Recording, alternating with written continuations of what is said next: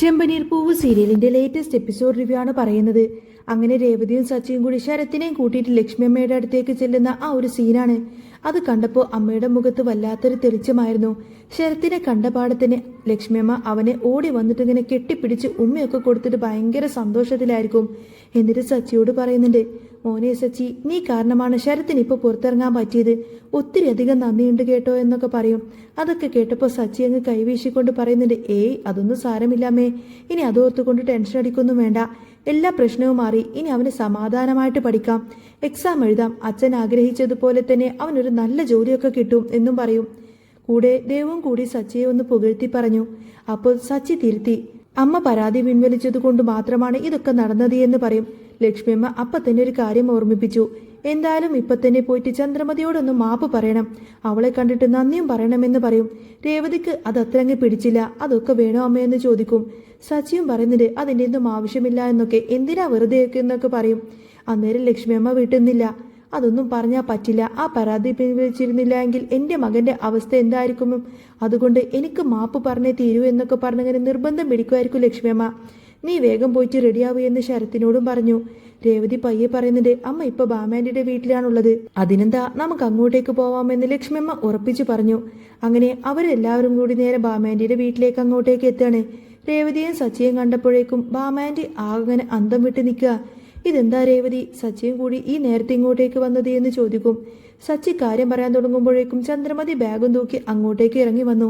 വീട്ടിലേക്ക് പോവാൻ റെഡിയായി നിൽക്കുമായിരുന്നു ചന്ദ്രമതി. ഇവരെ കണ്ടപ്പോൾ ബാഗ് പെട്ടെന്ന് അവിടെ ഇങ്ങിട്ടിട്ട് അങ്ങോട്ടേക്ക് അങ്ങ് ആഞ്ഞു വന്നു. എന്താടാ കാര്യം എന്നിങ്ങനെ കടുപ്പത്തോട് ചോദിക്കാട്ടോ ചന്ദ്രമതി. സച്ചി പയ്യെ പറയുന്നുണ്ട്, അമ്മ എന്തിനാ ഇവിടെ നിൽക്കുന്നത്, പരാതിയൊക്കെ പിൻവലിച്ചില്ലേ, ഇനി വീട്ടിലേക്ക് വന്നൂടെ എന്ന് ചോദിക്കും.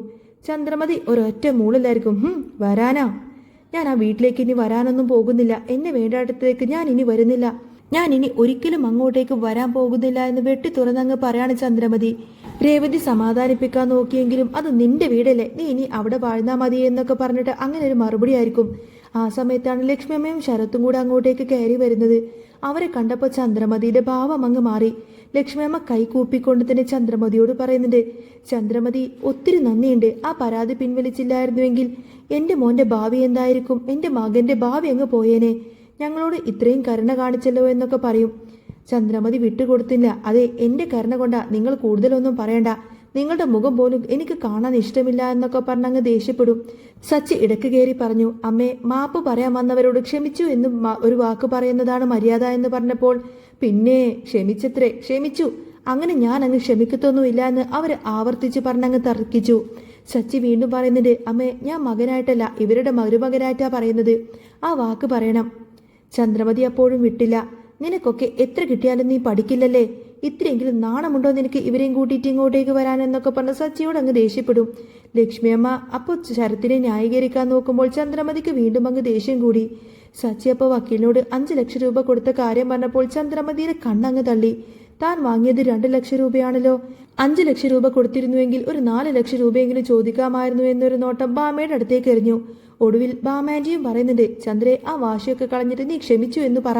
ശരത്ത് പയ്യെ വന്ന് മാപ്പ് ചോദിച്ചപ്പോൾ ചന്ദ്രമതി ഒന്ന് അമർത്തി അങ്ങ് നോക്കി. സച്ചി നിർബന്ധിച്ചുവെങ്കിലും അവരൊന്നും തന്നെ മിണ്ടിയില്ല. ലക്ഷ്മിയമ്മ ഒടുവിൽ ശരത്തിനെ കൂട്ടിയിട്ട് അവിടെ നിന്നും യാത്ര പറഞ്ഞിറങ്ങാണ്. അവർ പോയി കഴിഞ്ഞപ്പോൾ സച്ചിയും രേവതിയും കൂടി വീണ്ടും ചന്ദ്രമതിയുടെ വീട്ടിലേക്ക് വരാൻ വേണ്ടിയിട്ട് കാല് പിടിച്ചു.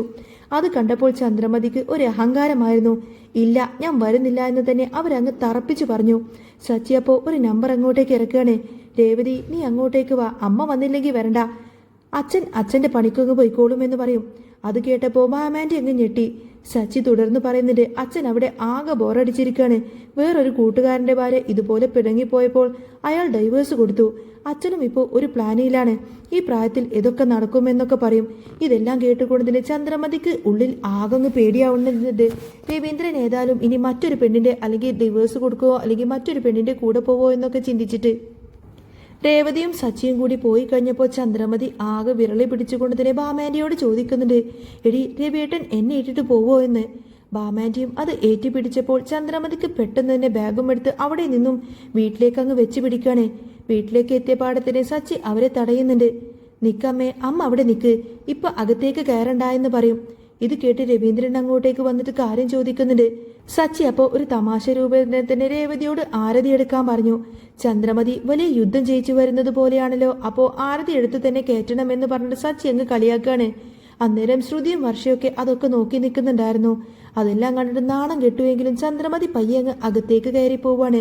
സച്ചി അപ്പോഴേക്കും പാട്ടൊക്കെ പാടിയിട്ട് അവരെങ്ങനെ കളിയാക്കിക്കൊണ്ടിരിക്കുന്നുണ്ടായിരുന്നു. അകത്തേക്ക് കയറി ഇരുന്നപ്പോൾ തന്നെ ശ്രുതി വന്നിട്ട് പറയുന്നുണ്ട്, ആന്റി ആകെ മലിഞ്ഞു പോയി എന്നൊക്കെ. അന്നേരം സച്ചി അതിലങ്ങ് വെച്ച് പിടിക്കാണ്.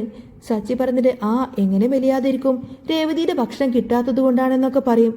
ഒടുവിൽ രവീന്ദ്രൻ പറയുന്നുണ്ട്, എന്തായാലും നീ പരാതിയൊക്കെ പിൻവലിച്ചല്ലോ, അതെന്നെ നല്ല കാര്യമെന്ന് പറയും. ചന്ദ്രമതി അപ്പം തന്നെ തൻ്റെ അടുത്ത നിബന്ധന അങ്ങ് മുന്നോട്ട് വെക്കുന്നുണ്ട്.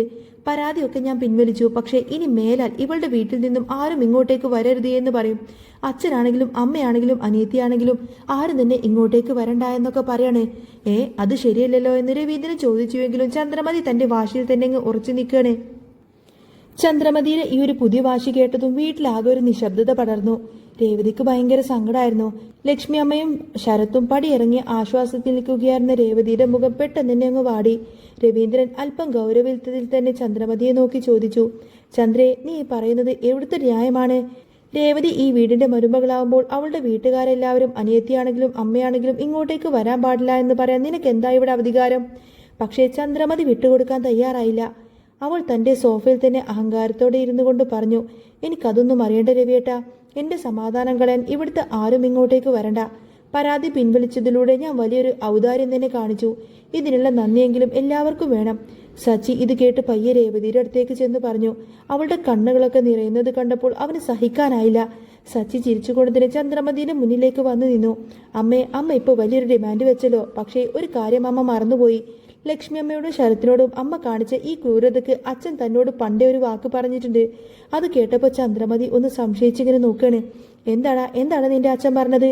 സച്ചി രവീന്ദ്രനെ നോക്കി കണ്ണിറുക്കി കാണിച്ചുകൊണ്ട് പറഞ്ഞു. അച്ഛൻ പറഞ്ഞു, അമ്മയുടെ ഈ ഒരു സ്വഭാവം മാറിയില്ല എങ്കിൽ ഈ വീടിന്റെ ആധാരം രേവതിയുടെ പേരിലേക്ക് മാറ്റി എഴുതുമെന്ന്. ഇത് കേട്ടപ്പോൾ ചന്ദ്രമതിയുടെയും ശ്രുതിയുടെയും കണ്ണങ്ങ് തള്ളിപ്പോയി. ആധാരം മാറ്റുമെന്നോ? അതെന്താ അങ്ങനെ?